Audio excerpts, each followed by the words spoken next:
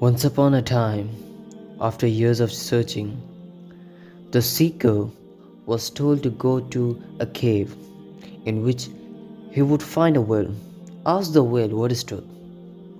He was advised, and the well will reveal it to you. After finding the well, the seeker asked that the most fundamental question, and from the depth came the answer. Go to the village crossroad. There you shall find what you are seeking. With full of hope and anticipation, the man ran to the crossroad to find only three uninteresting shops. One shop was selling pieces of metals, another one sold wood, and thin wires were for sale in the third. Nothing and no one there seemed to have much to do with revelation of truth.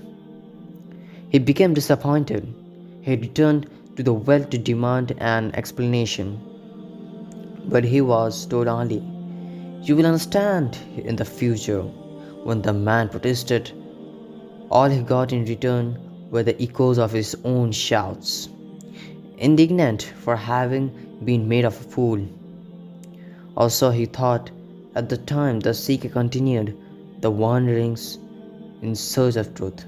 As years went by, the memory of his experience at the well gradually faded. Until one night, when he was walking in the moonlight, the sound of sitar music caught his attention. It was wonderful music, and it was played with great mastery and inspiration. The truth seeker fell down towards the player.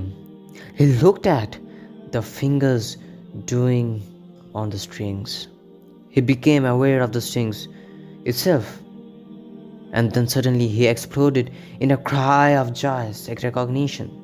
The sitar was made out of wires and pieces of metals and wood, just like those he had once seen in the three stores and had thought to be without any particular significance. At last, he understood the message of the will.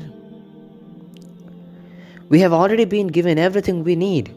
Our task is to assemble.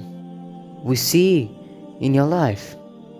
The message of the will was that you have been given everything that you need.